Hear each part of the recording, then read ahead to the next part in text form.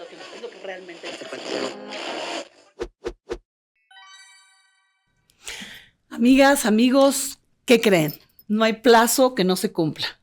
Finalmente, mi amigo Rodrigo, al que he estado persiguiendo por todo el mundo, logré que se sentara con nosotros a casi 3 años, Rodrigo, que dejamos de hacer Shark Tank. Casi 3, sí. Casi 3 años. Para hacer una especie de revisión. Porque déjenme decirles, en primer lugar, cuando estábamos Rodrigo y yo ahí, pues todo era alrededor del show, de cómo eran los emprendedores, cómo habíamos invertido. Afuera de cámaras nunca pudimos hacer una evaluación de cuál fue nuestra función, cuáles fueron nuestros aprendizajes, pero principalmente saber del emprendedor que es Rodrigo. Yo les he dicho que algún día voy a escribir un libro de historias de empresarios que empezaron literal lustrando zapatos. Y esa historia quiero que ahora me la compartas porque nunca tuvimos oportunidad de hacerlo. Pati, muchas gracias. Es un gusto estar aquí contigo. Hace mucho que no te veía, ya te extrañaba y me da un gusto enorme. Me da como mucha nostalgia bonita estar aquí contigo. Te decía que quería, en realidad, querido Rodrigo, que nos abrieras las puertas de tu historia, cándido como siempre lo eres. Porque yo me acuerdo que platicabas algo de que una vez tuviste que empeñar tu único reloj que tu papá te había heredado para poder empezar. Cuéntanos cómo empezaste en el mundo del emprendimiento. Sí, bueno, hay varias historias porque empecé de muy chico. Exacto, exacto. Esa quiero, esa. De niño. Esa quiero. Bueno, empecé, digamos, formalmente cuando empecé fue cuando tuve una ferretería. Adquirí una ferretería que prácticamente estaba quebrada, entonces el costo fue 0, porque me dieron las llaves diciendo, bueno, ahí te dejamos con problemas de todo tipo, problemas con proveedores, problemas de impuestos, pasivos, estaba completamente quebrada. Yo tenía 17 años y ahí es donde empecé. Con esa ferretería me iba después de la escuela todos los días a atenderla en la calle de López, en el centro.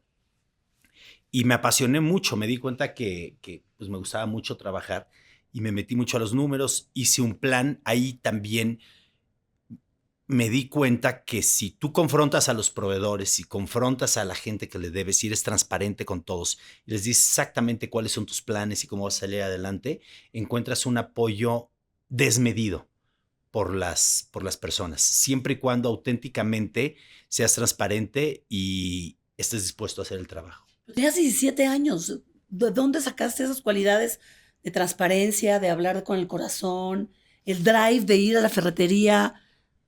¿Por qué? O sea, ¿eres hijo de la escasez? No, digamos parcialmente, ¿no? Una parte de mi vida no tuve problemas, otra parte sí tuve. ¿A los 17 sí estabas en un mundo de escasez? No, a esos no. ¿O ahí era más que nada curiosidad Era como empresarial? motivación de querer hacer yo mis cosas, sí. Y seguramente te caíste varias veces. Bueno, muchísimas, sí. Y una de esas caídas fue la que me platicaste, que casi te quedaste sin nada y dijiste, bueno, tengo que volver a empezar. Sin nada, sí, absolutamente sin nada. Más o menos, ¿cuántos años después de tu emprendimiento empresarial?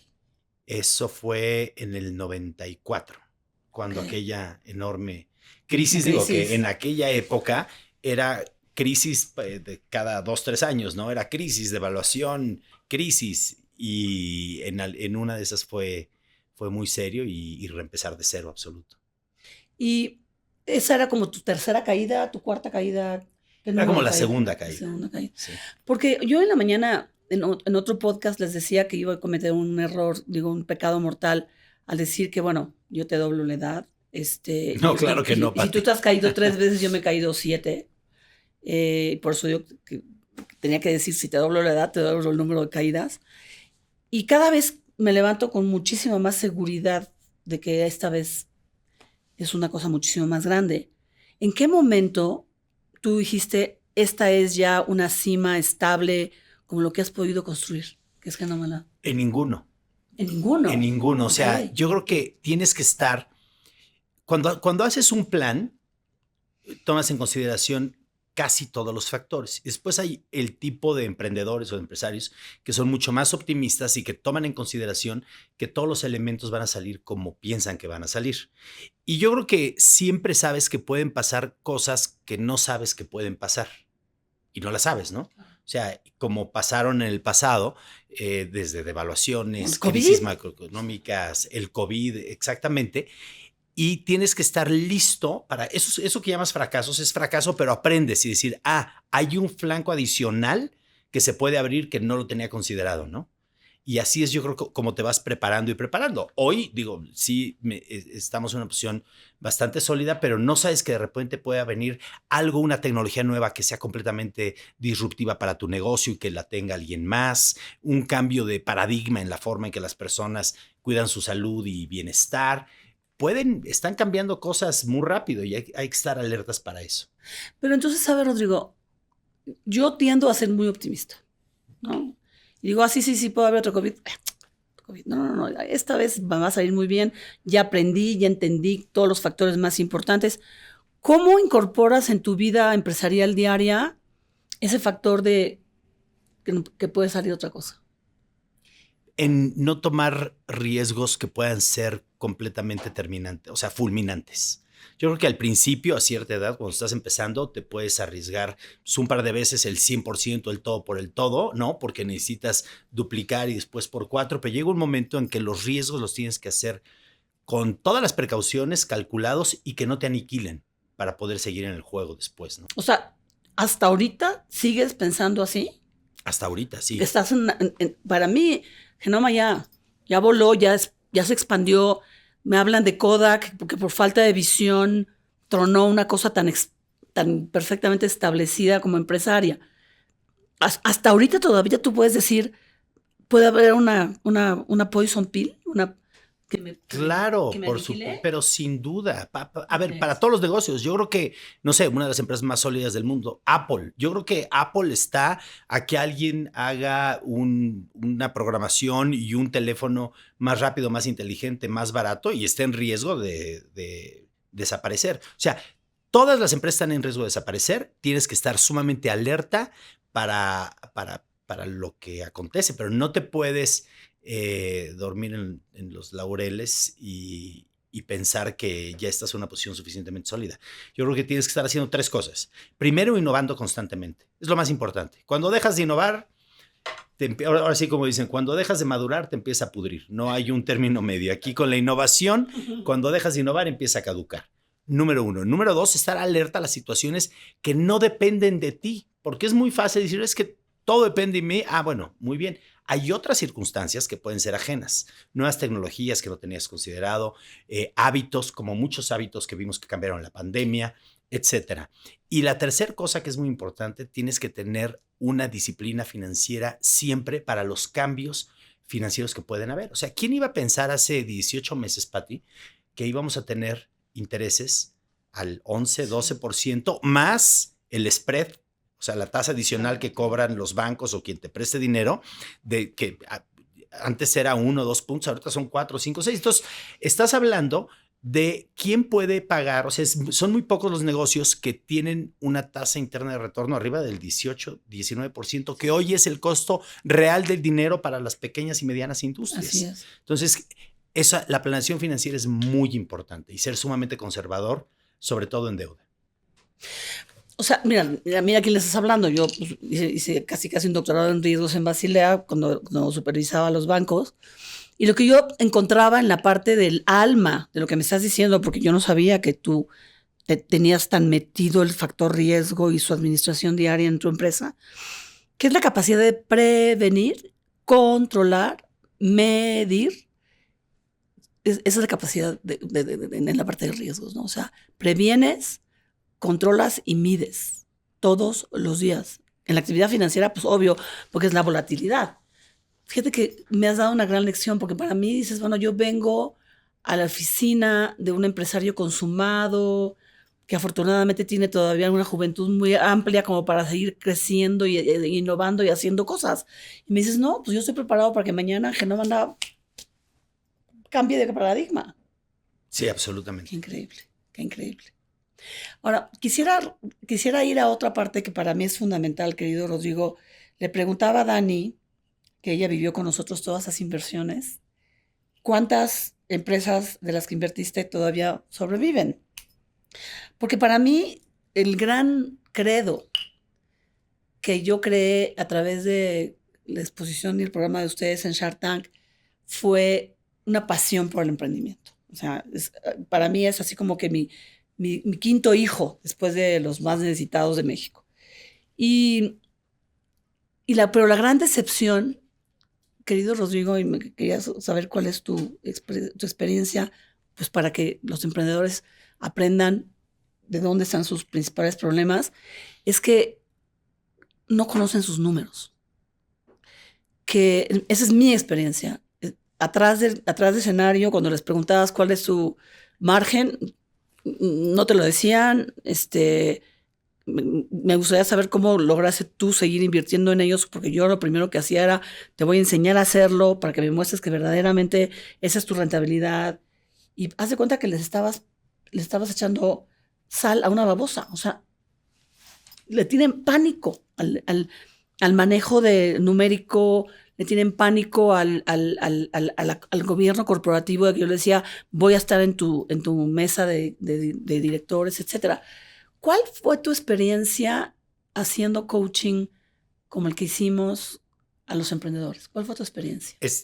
Coincido contigo, pero mira, déjame decirte un ejemplo que yo creo que ilustra mucho de lo que acabas de platicar. Algo así como entre 30 y 40, 50 inversiones. Y hay algunas que van bien, pero hay una que llama mucho la atención y esto puede determinar el camino y el destino de un emprendedor. Es un emprendedor que hace productos para deportistas. Se llama Olix. Desde el mes 1, Pati, él llegó vendiendo, me parece que 500,000 pesos al año. Desde el mes 1 mandó siempre todos los números que yo le di el formato, decirle, oye, esto es lo que me tienes que enviar. Nunca dejó de enviarlo. Hubo meses que le iba terriblemente mal. Lo siguió enviando. Muchos emprendedores me lo enviaban algunos meses sí, otros meses no. Nunca paró de enviarlo. Nunca lo envió. A veces meses terribles, pero cada mes lo enviado, lo sigue enviando y te quiero decir que es el mejor de todos los emprendimientos que tengo. O sea, esto habla de una persona que es consistente y que lo que dice que va a hacer, lo hace. Hoy, este año, va a vender algo así como 25 millones de pesos. ¿De 500,000 que empezó? Sí, va a ganar o vamos a ganar como 10 o 12 millones de pesos. Y sigue creciendo, pero es consistente.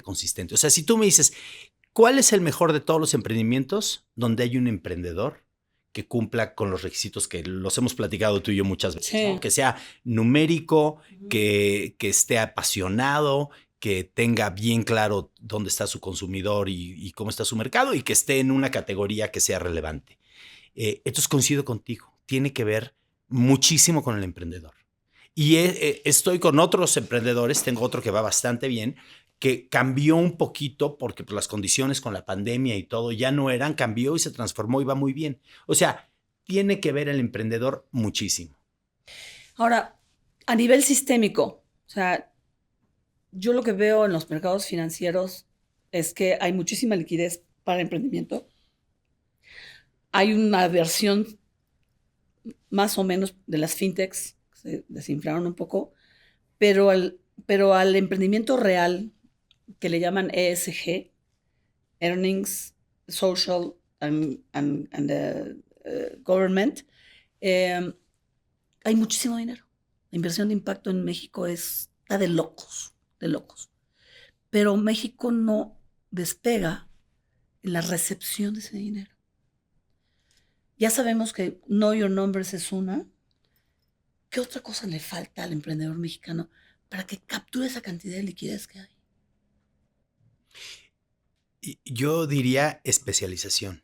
O sea, hoy estás compitiendo con emprendedores de todo el mundo, ya no hay muchas barreras y muchas fronteras. Y el capital, bueno, tú sabes mucho mejor de esto, no tiene fronteras.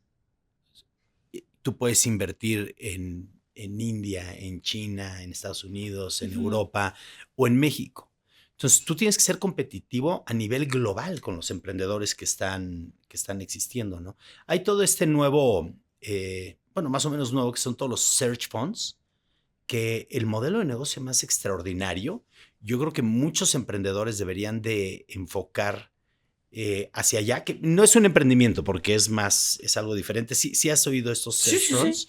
Yo creo que por ahí hay mucho que se puede hacer en México para crecer la economía, porque tienen un impacto real en el crecimiento de la economía, ¿no? O sea, una empresa que trae crecimientos de 0, de 2, 3 o 4% o 20% y que llega un emprendedor que ya tiene algunas credenciales, que ha demostrado que ha trabajado en alguna empresa de forma exitosa y que además tiene los conocimientos, tiene un MBA, tiene buenos conocimientos, lo pones a manejar esas empresas y los resultados son los más positivos de todas las industrias, incluyendo venture capital, nuevos emprendimientos. Tienen un índice de bateo de más del 50%, que es Ay, altísimo, ¿no? Para, altísimo. sí.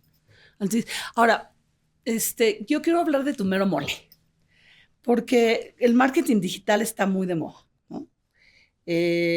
Todo el mundo se vende con marketing digital. Yo no soy mercadóloga, me asocio de los mejores y siempre pienso, qué bueno que vino lo digital porque el marketing era muy caro como porcentaje de gasto de las empresas y por lo tanto muy inaccesible para los emprendedores. Sin embargo, yo sé que tú tienes tus paradigmas bien aprendidos en todo lo que haces en la parte de tu economía de marketing.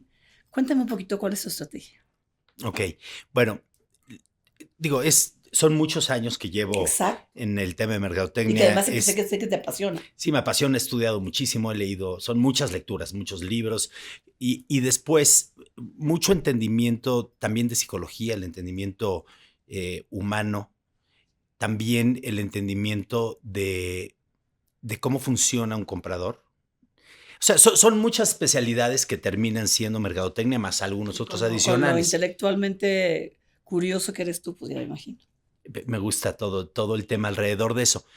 Pero yo te puedo decir que lo más importante en la mercadotecnia son cosas que van en contra de nuestra biología o de nuestra naturaleza, que tiene que ver muchas veces con la intuición. Es muy curioso cómo la intuición en el mercado funciona en referencia a las vivencias personales que tuvimos. Entonces, si a veces a ti te gusta un producto, tu intuición te dice que sí porque a ti te gusta. Entonces, cuando tú te tienes que separar completo del consumidor del que ofrece un producto. Ese es lo primero. Y tienes que ser un estudioso de tu consumidor real. La intuición es extraordinaria para conocer personas, para lugares a donde quieres ir. O sea, hay que escuchar a la intuición, pero no en el mercado. En el mercado tienes que escuchar al mercado y después de escuchar al mercado puedes tener intuición, pero no antes. ¿Y cómo escuchas al mercado? Con estudios cuantitativos, con estudios cualitativos, platicar con el mercado objetivo, no con tus amigos y familiares. Ese no es el mercado objetivo. Con el mercado objetivo es el que tú No diagramas y es dices, con tus amigos y familiares. no, claro que no, es quien está dentro del grupo de posibles consumidores del producto o servicio que vas a ofrecer. ¿Y cómo determinas quiénes pueden tener las características de consumidores de ese producto? Bueno, mapeas por niveles, ya no solamente es el nivel socioeconómico, ya es más como avatar, ¿no? Es decir, gustos, preferencias, nivel socioeconómico, dónde vive, qué tendencias tiene. Con todo eso, esa creación de muchos elementos, ya determinas quiénes son ese grupo objetivo. O sea, haces mucho trabajo de Big Data. Muchísimo. Porque lo que yo veo es que muchas de las apps de primera generación te doy una tarjeta de débito para que gastes, pero lo que estoy haciendo no es dando tu servicio a ti, sino que siendo tú parte de una estadística que luego voy a vender a las grandes empresas. Este señor compró esto, compró esto, compró esto, compró esto. Su edad es esta, tarara. O sea, de eso te alimentas todos los días. Bueno, no tenemos esa data, desafortunadamente, pero sí tenemos mucha data de nuestros clientes, qué producto, o sea, el producto que compran, qué esperan. Es muy importante en un producto. Mira, los mejores productos que nosotros hemos desarrollado no han tenido éxito. Pero porque no han sido los mejores productos, para el consumidor. El mejor producto es el que el consumidor tiene sus necesidades resueltas y por arriba de las expectativas que tiene. Y para eso que se sorprende. Que se sorprende positivamente. Claro. No el producto que tú piensas que es el que tiene que usar. O sea, es ir más allá de qué necesita, sino cómo voy a sorprender lo que le di más que lo que necesita. Positivamente. Sí. Y eso viene indudablemente de la innovación y no de copiar. Y esa es otra cosa, es una cosa bien importante. Hay que, o sea, quien innova auténticamente, regularmente le va bien. Porque la innovación es entender todas las necesidades y llegar con una propuesta nueva. Y muchas veces en México lo que hacemos es que copiamos y es muy difícil quitar la cultura de a este le está yendo bien, lo voy a hacer lo mismo. No, o en Estados Unidos, o en Europa, o no. Hay algo, lo voy a hacer yo para México. Creo que sí hay que tener tecnología del obvio, ¿no? O sea, identificar al mejor, ver al mejor y superar al mejor. Pero tenemos que innovar. Hay que, las soluciones, nosotros cambiamos el propósito de la empresa. Antes era como para el salud y bienestar. Ahora es soluciones icónicas. Para la salud y bienestar. Entonces, todas las soluciones tienen que ser icónicas. O sea, si tú quieres sacar un producto, el producto va a ser icónico, el producto va a ser un producto que va a estar aquí en 100 años. Si no va a estar el producto en 100 años, no lo traigas. No queremos hacer in and outs, no queremos subirnos a una moda, no queremos subir una tendencia. Queremos un producto que tú puedas usar en 100 años. O sea, sostenible.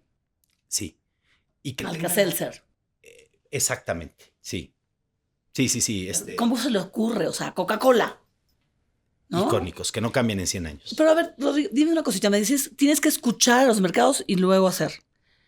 ¿Cómo escuchas a los mercados? O sea, ¿haces mucho trabajo de encuestas? Muchísimo. Encuesta. Encuestas cuantitativas, de que las hacemos numéricas por población en todos los países en los que operamos, y cualitativas, sesiones de grupo en cámara de GCL y en digital.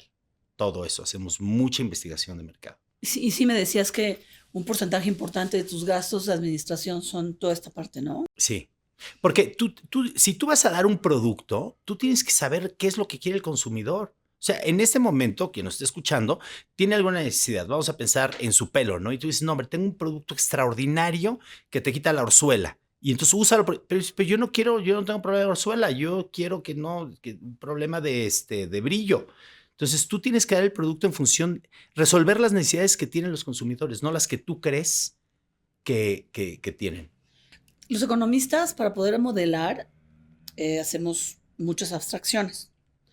Y el padre de la microeconomía hablaba de justamente diversificación en gustos. O sea, a mí me gusta este tipo de suero, pero qué rico que hubiera un suero que no tuviera la acidez que tiene y entonces el que cacha a ese que se está diversificando, que aspira a más, pues es el que gana, ¿no?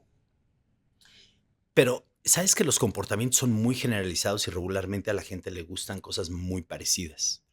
O sea, no hay, si tú dices, oye, quiero ir a ver un concierto, todo el mundo quiere ir a ver el concierto de Taylor Swift, ¿no? O sea, toda la gente le gusta lo mismo. Cada vez I'm heard. Sí, exactamente. Sí, se polariza. O sea, tú vas a las tendencias grandes. No, lo interesante es crear una tendencia grande. No, ya te fuiste a la segunda. No, bueno, es que eso es realmente lo que hay que hacer. Cuando tú te subes regularmente una tendencia, ya vas tarde. Porque alguien ya la originó. Entonces, aquí lo interesante para tener un buen emprendimiento es tú crea una nueva tendencia. Créala. Pero, a ver, tú creas una tendencia cuando adivinas que va a gustar. Sí. Que todo el mundo dice, ¿cómo no se me había ocurrido? Se van todos para allá, ¿no? Sí. Xochitl Gálvez. Fue una tendencia creada y ¿cómo nos habíamos dado cuenta que lo que necesitábamos era este tipo de estadista, no? Mira, te voy a poner un ejemplo que para mí es de las cosas más impresionantes. ¿Te acuerdas? Yo me acuerdo, posiblemente tú también te acuerdes, las maletas cuando éramos chavos se cargaban, no había ruedas. O sea, la rueda se inventó, pues más o menos piensan que hace 5,000 y 20,000 años. Pero no se las pusimos. Hay pruebas. La maleta se lleva también pues, miles de años. Nunca le habían puesto ruedas a la maleta hasta los años 90. O sea, es increíble cómo hay cosas tan obvias que pueden existir cuando tú combinas elementos, las tienes enfrente de ti, sí. Pero para poder lograr este tipo de creación de tendencias, querido Rodrigo, pues tienes que tener una mente perfectamente innovadora. Tienes que tener creatividad, pero la innovación no va a salir de las observaciones que tú haces en tu día a día de tu vida. Las observaciones van a salir cuando tú haces una inmersión con los consumidores. O sea, yo te digo una cosa, si tú te metes profundamente a estudiar a los consumidores, en lo que sea, vas a salir con unas ideas extraordinarias. Pero te tienes que meter, mira, déjame platicarte una historia que nos pasó. Desafortunadamente a nosotros en nuestro país, en México, bueno, ya estamos en muchos países, pero en México empezamos muy fuerte a competir y digo, en el pasado, tú sabes, ha habido tantos grupos de interés que en lugar de competir directamente, pues te tratan de cambiar la ley. Obvio. ¿No? Y entonces te meten una iniciativa de ley y te la cambian y te la cambian. A nosotros no nos han cambiado la ley muchas veces, o sea, desde que empezamos. Solamente 12 veces nos han cambiado la ley cuando competimos y demás. Y en uno de esos tantos cambios de ley, por ahí un año terrible en el 2004, 2005, nos cambiaron la ley y todos los productos que teníamos ya no se podían vender. Tenías que hacer un trámite que te tomaba 1 o 2 años. Imagínate nada más la tragedia. O sea, ya operábamos, éramos una empresa pues ya de muy buen tamaño, nos cambian la ley y dijimos, ¿qué hacemos? Pues nos metimos en sesiones de grupo 6 meses. Todos los días, yo iba a 4 sesiones al día para entender a los consumidores. Y de ahí transformamos todas nuestras marcas a otro tipo de productos que no requerían cumplir con esa ley, porque eso lo que era básicamente, o sea, nosotros vivimos en un país en el que desde ese entonces, 2004, 2005, se cambiaron la ley y todos lo que son suplementos alimenticios o vitaminas en otros países, en México, en cierta concentración, son medicamentos. Es el único país del mundo. O sea, en Estados Unidos tú vas y compras una vitamina y es un suplemento. Aquí, una vitamina C de 500 miligramos tiene que ser un medicamento. Entonces, cambiaron esa legislación y nos tuvimos que transformar por completo. Y eso si lo hubiéramos hecho de lo que tú te imaginas. ¿Out of the blue? De nada, de un día a otro. De un día a otro. Fue brutal. Sí, casi quebramos. Es lo que te digo, que de repente hay cosas que sí, el gobierno tiene mucho que ver, ¿no? Sí, Juan. ¿Qué es lo que te quería preguntar, Rodrigo? O sea, yo ahorita soy gobierno. Sí. De esta manera soy gobierno. Y cuando hablo con empresarios... Perdón, me cuesta trabajo verte como gobierno, Pati. Yo te veo como mi compañera de Shark Tank. Ya lo sé, pero siempre ha estado en mi alma querer ayudar a la gente por el lado del gobierno. Sí. Y lo que pasa es que muchas veces lo que nosotros pensamos como legisladores es, si somos pro empresa, porque sí es cierto, o sea, yo y muchos compañeros, incluido el presidente, creemos que México no podría vivir sin empresarios. Si te das cuenta, la inversión de gobierno que ahorita se duplicó no es ni el 1% de la inversión privada. Sí, no, y además esa inversión de gobierno salió de los impuestos de la inversión privada. Exacto, sí, es un residuo, ¿no? El gasto de gobierno también sale de un pedazo de la inversión privada. Sin privados exitosos, no hay manera que México salga adelante. Entonces, la pregunta que te tengo es, ¿has puesto encima de la mesa ahorita tus fórmulas mágicas?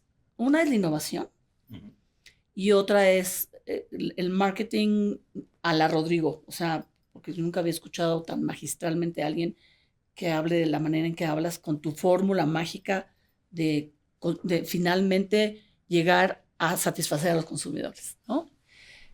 ¿Qué piensas que debería de hacerse 1 o 2 medidas que digas que se te hayan ocurrido? Si el gobierno hiciera esto, los empresarios estaríamos innovando más, estaríamos haciendo más cosas. Yo creo que hay países exitosos en eso. Uno es bien claro. ¿Sabes cuál es el país más fácil? Nosotros operamos en 20 países, en toda América. Desde Estados Unidos hasta Argentina, prácticamente en todos los países, menos en algunos, en un par. ¿Sabes cuál es el país más fácil de todos los países para lanzar un producto, comercializarlo? Estados Unidos. Estados Unidos. Ahora, si haces algo indebido, ¿sabes cuál es el país que te castiga con todo? Estados Unidos. Estados Unidos. ¿Cuál sería? Es desregularizar todo y castigar fuerte.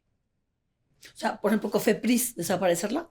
No, no desaparecerla, pero hacer, es decir, todo que sea de alguna manera, con avisos y no con permisos. Y si cometes un error, que la pena sea muy fuerte para que las personas y las empresas no se la rifen. Pero en temas de salud, ¿no es gravísimo dejarlos hacer lo que o sea, experimentar con la gente? No, en temas de salud, sí, pero en temas administrativos. Te hablo de que si quieres cambiar un nombre de un producto, te toma meses. Okay. Si quieres aumentar, por ejemplo, una presentación, tú tienes una presentación de 20 tabletas y la quieres hacer de 4, te puede tomar a veces 1 año o 2 años. Entonces, todo eso, dice, oye, que sea expedito, que sea muy rápido, que sea con aviso.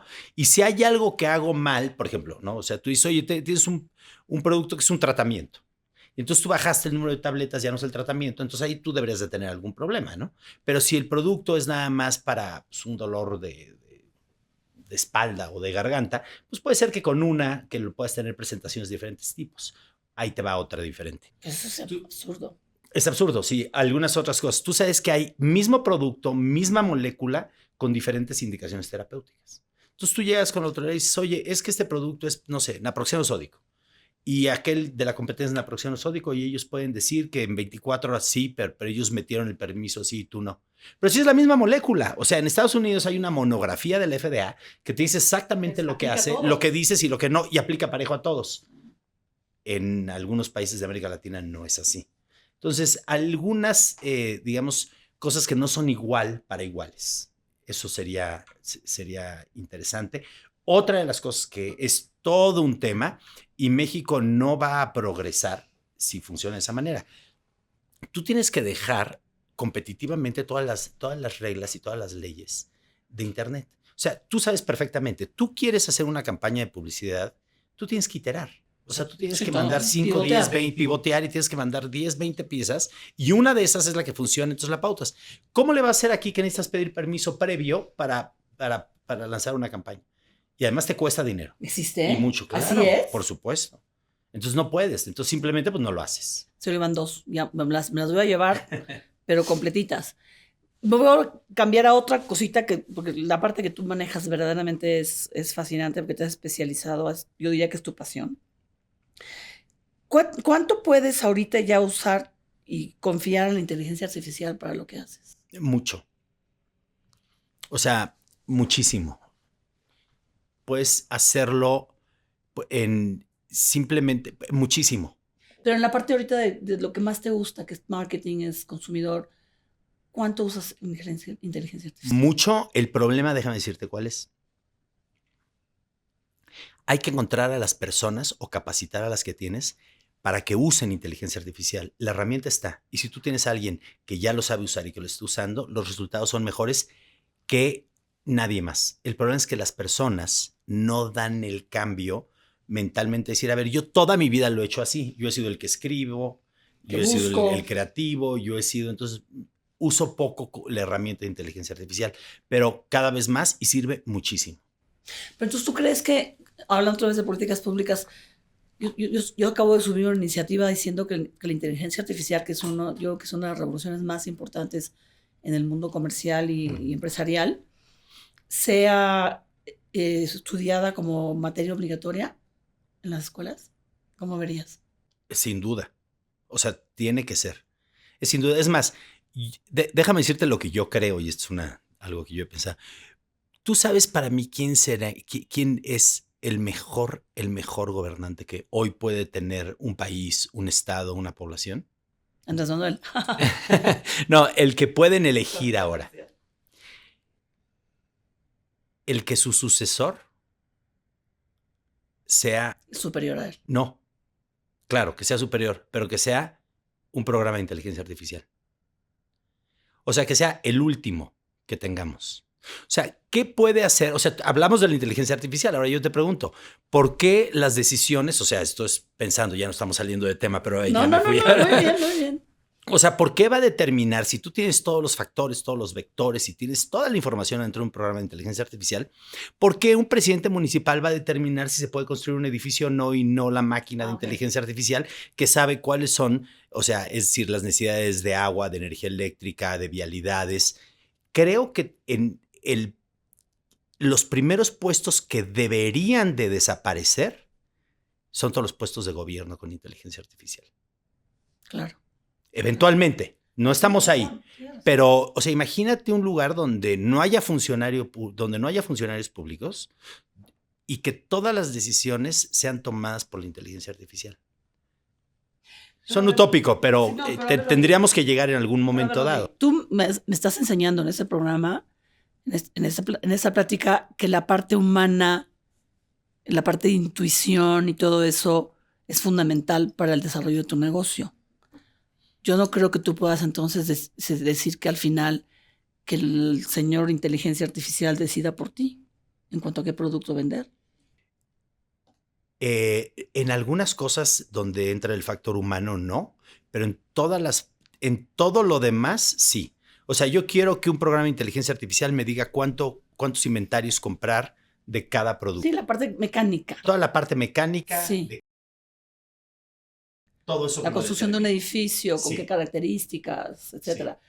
Pero si mantienes toda la parte del human touch, porque tú mismo me lo estás diciendo, ¿no? Que realmente las decisiones que tú tomas son mucho 1500 cámaras de Gesell, escuchando a los humanos. Tú me lo has dicho, o sea, esto no lo puedes ver en una pantalla. Esto tienes que touch and feel. Correcto. Y eso nunca, yo creo que va a llegar una inteligencia artificial a esos niveles. ¿Tú crees? Yo estoy seguro que sí, pero no sé cuándo. Pero yo sí estoy convencido de que sin duda. Entonces, otra lección. O sea, lo que nos está diciendo Rodrigo es la parte de innovar, la parte de manejo de riesgos, que siempre estás preparado para desaparecer al día siguiente, que no te duermas en tus laureles, la parte del marketing, de escuchar a los mercados todo el tiempo. Hay un librillo por ahí que según te lo tienes que empieza diciendo que un producto es una hipótesis, ¿no? Y es lo que me estás diciendo.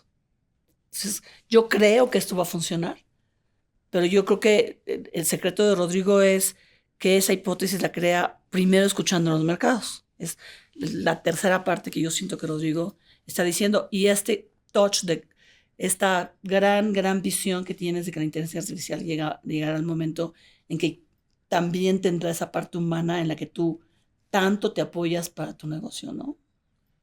Sí, para la toma de decisiones. Pues ahí lo tienen, el tiburón que nada en aguas de consumidores. Es Rodrigo. Muchísimas gracias. Pati, muchísimas gracias. Qué gusto estar contigo, qué gusto. Ese giro enorme que le diste a tu carrera. Bueno, tú ya venías de... Tú lo sabías. Tú me defendías mucho. Pati es política. Sí. Y tienes una parte de servicio público.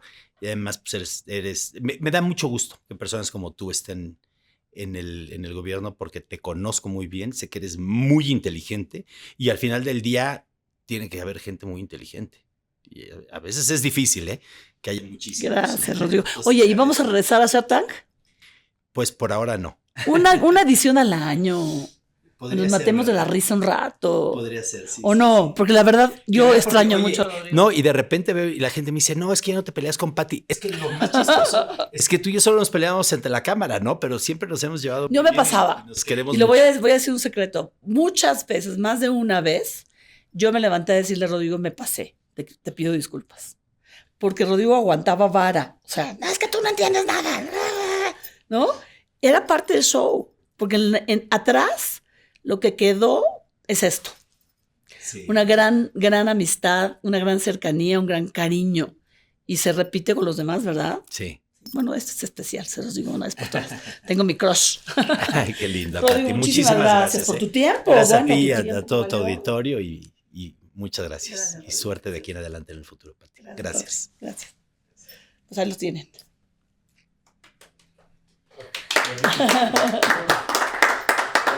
No, bueno, es que este es un máster de másters.